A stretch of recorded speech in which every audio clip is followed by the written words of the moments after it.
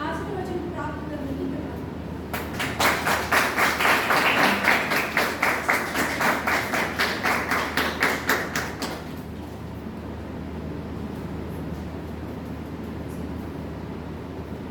सभी का एक बार स्वागत वंदन अभिनंदन। जो भी काम करते हैं उसके लिए डिसिप्लिन, एक दूसरे का कोऑर्डिनेशन बहुत जरूरी है। बस यही आशा करता हूँ कि डिसिप्लिन और कोऑर्डिनेशन के साथ काम करें। अच्छा, थैंक यू।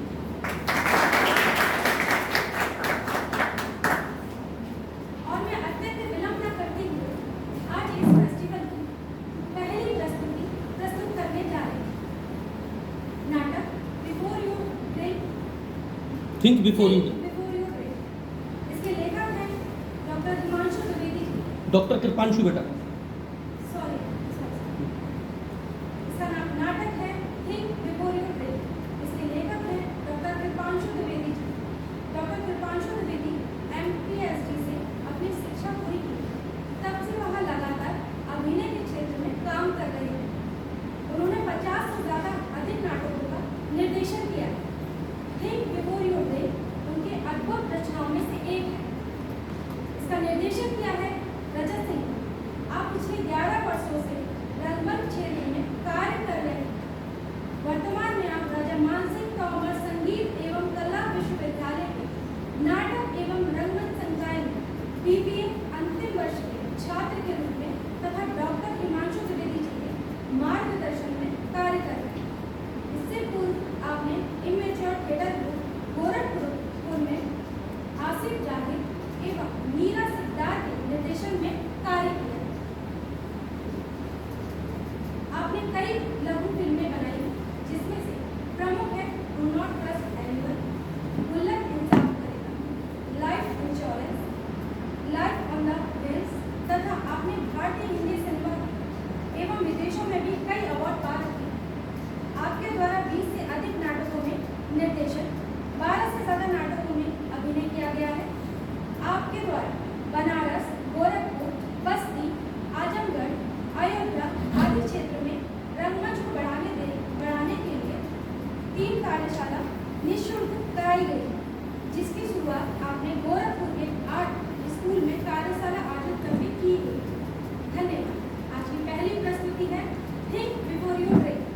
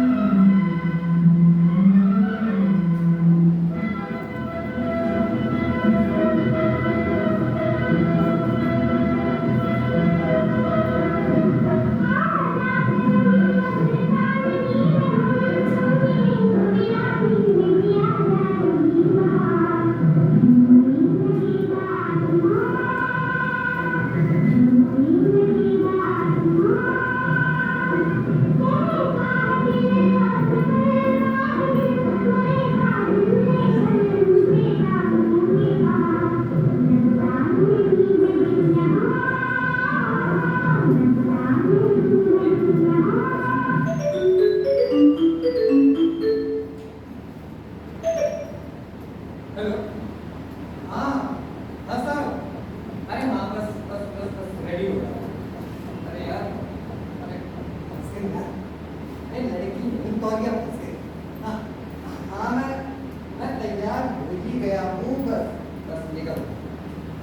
हाँ, सारी चीजें मेरे टेबल पे ही। एक बार बोल दे तो मैं मिला लेता हूँ। एक सेकंड।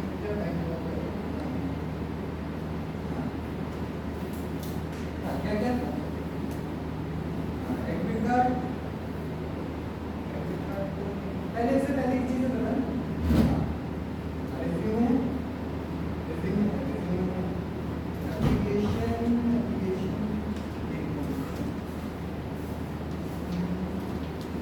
हाँ एप्लीकेशन क्या एडमिट कार्ड नहीं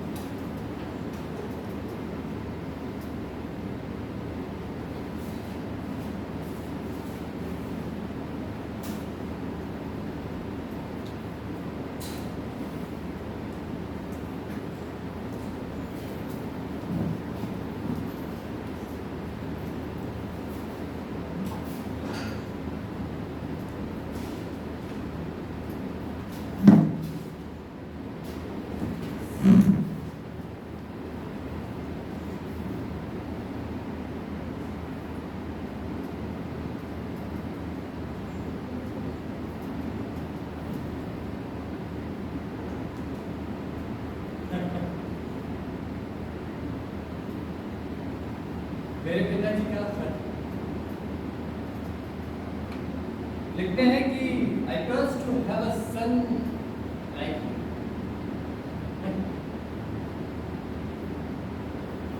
तुम्हारे जैसा बेटा होना एक्स्ट्रा।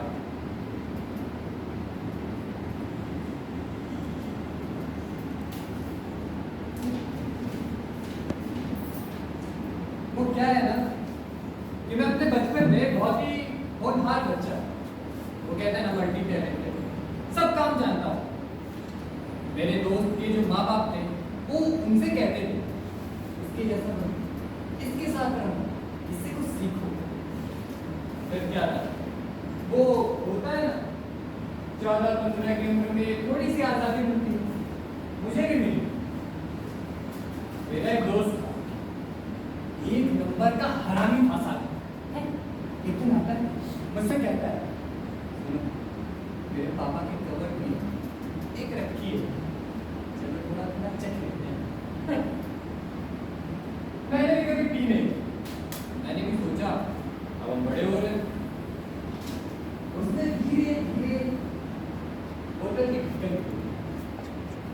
पहले उसने खुद चखा, फिर उसने दूसरे को दिया, मेरे पास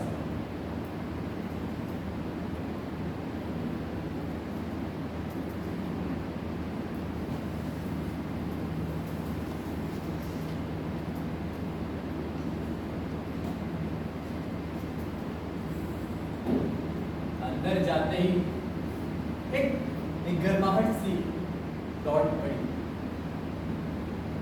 हम तीनों के रोंगटे खड़े हो गए। फिर हमारे जिंदगी में कभी शराब नहीं। हाँ, जब कॉलेज में गए तो दोस्तों ने कहा कि चलो आज बियर पी लेते। अब इतने दिन की याद अचानक से मेरे दिल में समा। मैंने कहा चलो ठीक है। उस दिन फिर हमने शराब, यकीन मानिए बहुत मजा आया। उतना ही मजा आया जितना पहली बार आया, और जितनी बार पीता हूँ उतना ही मजा आता है पहली बार है। दिन में एक बार, 2 बार, 3 बार, हर वक्त मुझे दारू चाहिए। अब जाहिर सी बात है, जितनी शराब पीऊंगा तो खर्चे तो बढ़ेंगे। मेरे भी खर्चे बढ़ गए। फिर मैंने घर से पैसे मांगना शुरू किया। 100 रुपये एक्स्ट्रा, 200 एक्स्ट्रा, 300 एक्स्ट्रा। घर वालों को थोड़ा बहुत शक हो जाता है, लेकिन मेरे घर वालों को कोई शक नहीं। उन्हें ये अंदाजा भी नहीं लगा कि मैं क्या कर रहा हूँ। उन्हें इस खतरे का अंदाजा नहीं था कि मैं शराब पी रहा हूँ। मुझे बचपन से पत्रिकाएं छपवाने का बहुत शौक था। मैंने जर्नलिज्म का एग्जाम दिया था, यही उस्मान यूनिवर्सिटी से।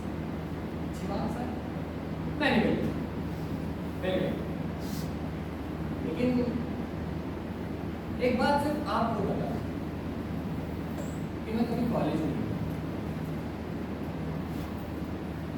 क्योंकि मेरी जिंदगी बहुत तहस नहस हो चुकी। मेरे अंदाज बदल गए, मेरी जबान बदल गई। पिछले 2-3 हफ्ते से मैं घर नहीं गया। घर वालों ने तो मान लिया था कि ये बिगड़ चुका। घर वालों ने अपना हाथ पीछे किया, मैं भी पीछे हटने लगा। मैंने पढ़ाई छोड़ी। कॉलेज से निकलते 5-6 ऑफिसों में मैंने एप्लीकेशन डाला, उसमें से एक का कॉल आया। दिन भर काम और शराब। यकीन मानिए, मैं जितनी लंबी कहानी लिखता था उतनी शराब।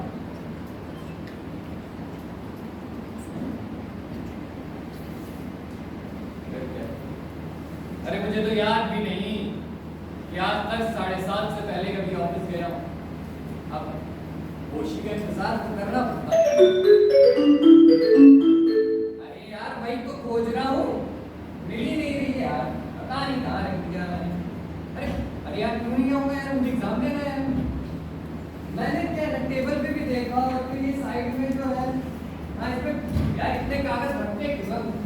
मैंने तो दिखानी पड़ते हुए तुमको।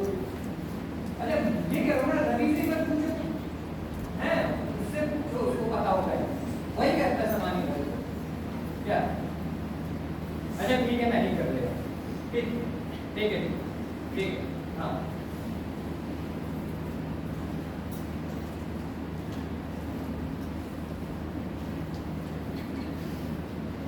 यार अभी, अरे यार ये कह रहा था कि ये जो मैं आज एग्जाम देने जा रहा था उसका एग्जिट कार्ड तूने क्या देखा है क्या? नहीं मुझे मिल नहीं देखा, कहाँ पे यार बेंच पे तो सबसे पूछ रहा हूँ। अरे नहीं है यार वहाँ पे। हाँ तो मुझे नहीं पता ना, तो रख दे फोन। हाँ चल फोन रख, चल हाँ पोस्ट में कर, चल हाँ तो कहाँ थे हम? हाँ आदतें बदल जाती हैं, अंदाज बदल जाते हैं, आपको समझ नहीं आता कि आप क्या कर रहे हैं, क्या बोल रहे हैं। शराब ऐसी चीज। एक दिन रात में अचानक मेरे दरवाजे पर किसी ने दस्तक की।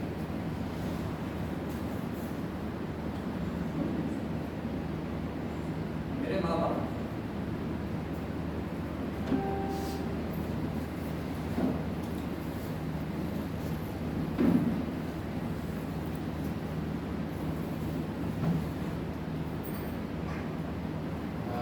आप लोग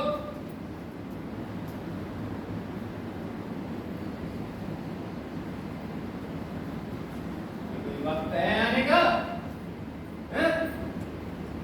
खबर तो कर देते। Personal time. अरे जब पता था इतना रात होगी तो क्यों नहीं बैठ गए वहीं रेलवे स्टेशन पर? ये कहीं धर्मशाला है? मुंह उठाया चले आए। नहीं नहीं गए यहाँ से। नशा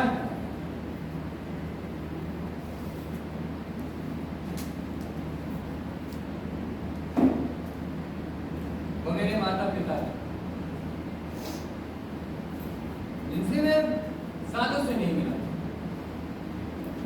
मेरा जिनसे कोई मतलब नहीं। अचानक से मेरे दरवाजे पर आ गए, बोलते हैं कि देखने आए थे कि तुम कैसे हो, तुम्हारा हाल चाल क्या है। मैंने बोला लो, मुझे जरूरत नहीं।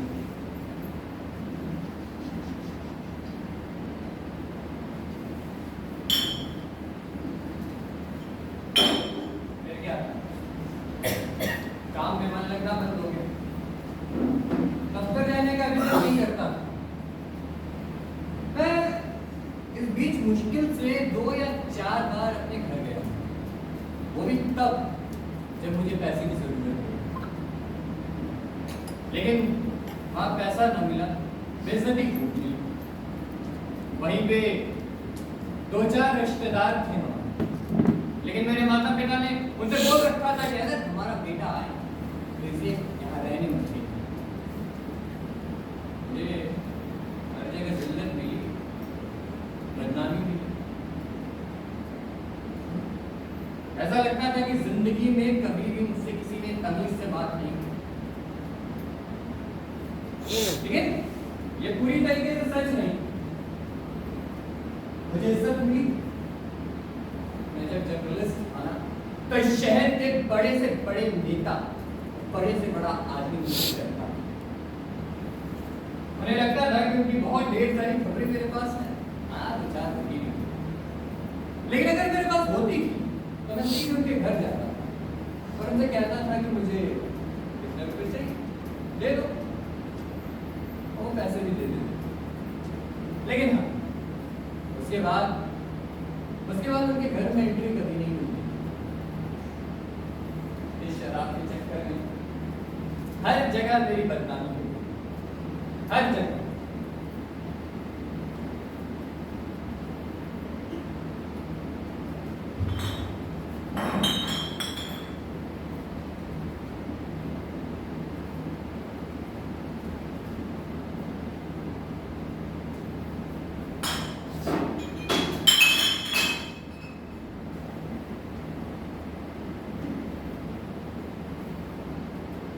बिल्कुल पैसे नहीं बचे, ये शराब भी नहीं। अब पूरे दिल्ली शहर में ऐसा कोई नहीं था जिससे मैंने उधार नहीं मांगा। पुलिस वालों को देने के लिए यहाँ तक मैंने अपने घर में काम करने वाली दाई तक से उधार मांग रखे थे। मुझे मुझे कोई रास्ता नहीं दिख रहा था, तो मैं उस तरफ गया, लेकिन वो दूर से ही देखा। उसने देखा कि काला सा आदमी, गंदे कपड़े, बदबूदार। उसने दूर से कहा, 10 रुपए दे दूंगा तुझे। मुझे शराब पीनी, मेरे पास पैसे नहीं थे। मुझे तलब आ रही थी। आपको पता है फिर मैंने क्या सोचा? मैंने सोचा कि मैं अपनी किडनी बेच दूं। आपने कभी सोचा है? क्यों भाई, रिश्ता सोचा है कभी किडनी बेचने का? क्यों है भाई, किडनी बेचने का सोचा है? सर, किडनी बेचने का कभी सोचा है? अरे कैसे सोचेंगे? अगर इसकी लत होती तो आते खूबसूरत ख्याल। लेकिन अचानक से मुझे ख्याल आया कि अगर मैंने किडनी बेची और ऑपरेशन बेड पे ही मैं तो प्लान कैंसिल। मैंने किडनी नहीं बेची, लेकिन हाँ मेरी हालत ऐसी हो गई थी जैसे पागल कुत्ता। कुछ लोगों ने मुझे पकड़कर रिहैब सेंटर भेज दिया, नशा मुक्ति केंद्र। कितनी गंदी जगह है वो, बहुत गंदी जगह है। वहाँ पहला दिन, दूसरे दिन मुझे ऐसा लगा जैसे मेरी हथेलियाँ बाहर आ जाएंगी, जैसे मेरे अंदर का रोम टूट रहा हो, जैसे किसी ने मुझे चक्कर लिया हो और छोड़ने का नाम न ले रहा हो। मैं सोच रहा था इस प्रताड़ना से अच्छी मौत खोज। लेकिन उस वक्त मेरे ख्याल में सिर्फ एक चीज थी, मैं किस तरीके से यहाँ से भाग जाऊं। भाई ने मेरे साथ एक और पागल था। मैंने उससे कहा, सुनो, हम जल्द ही यहाँ से भागेंगे और ऐसा भागेंगे कि लाल किले पे हमें सम्मान दिया जाए। लेकिन वो डिले कर रहा था, मुझे बर्दाश्त नहीं हो रहा। मैंने अकेले ही प्लान बनाया। चौथा दिन मैंने जेल से भागने का प्लान बनाया।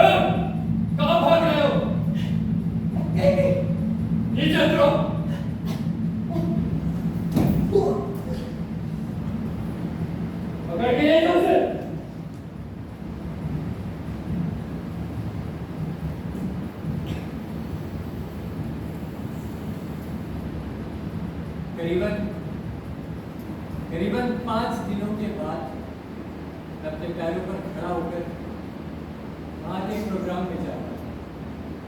भाई नशा मुक्ति केंद्र में एक प्रोग्राम कराते थे और जिस आदमी ने मुझे पकड़ा था वो आदमी बोर्ड पर कुछ लिख रहा था। क्या लिखता है?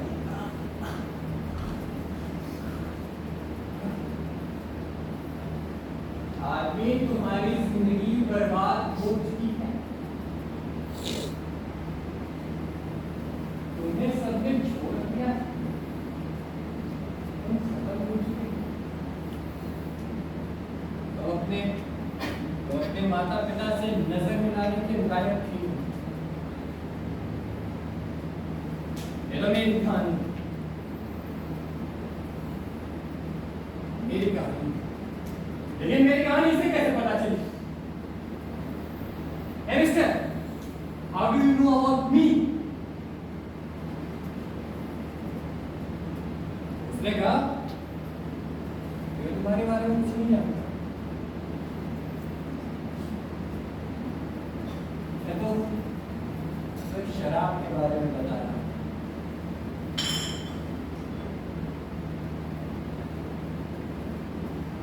शराब मेरी इज्जत, मेरा परिवार, मेरी नौकरी, मेरे पैसे, सब कुछ इसने एक झटके में खत्म कर दिया। याद है आपको? मैंने अपने माता पिता को यहाँ से भगा दिया।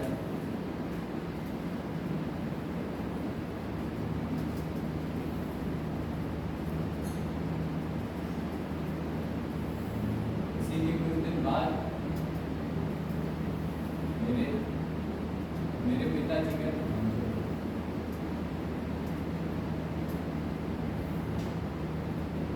मरने से पहले उन्होंने ये खत लिखा, I thirst to have a son like you. तुम्हारी जैसा बेटा अपने श्राप।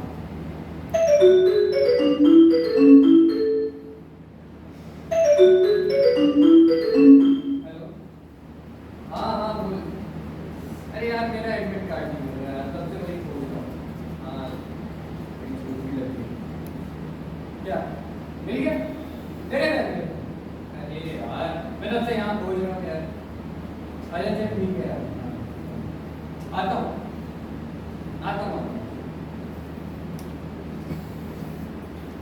मेरे पिता तो नहीं है, मेरी माँ सुन। अगर मेरी माँ मुझे देख रही होगी यहाँ बैठे हुए, तो मैं उसे कहूँगा ये सब हुआ है मेरे साथ, माफ करना।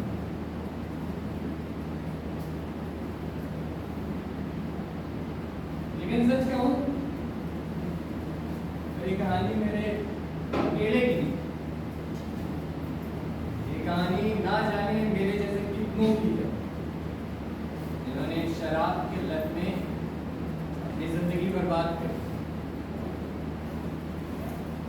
कहानी में इसलिए सुना रहा था कि आप अब जब भी शराब पिए, थिंक बिफोर यू ड्रिंक।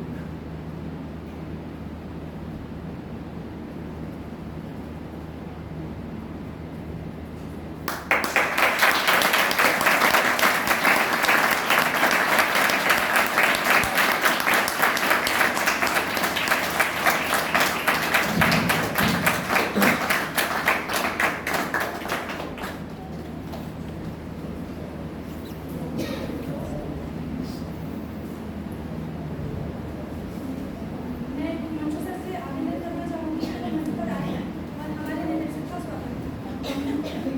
पुस्तिका लें। दूसरा तालियां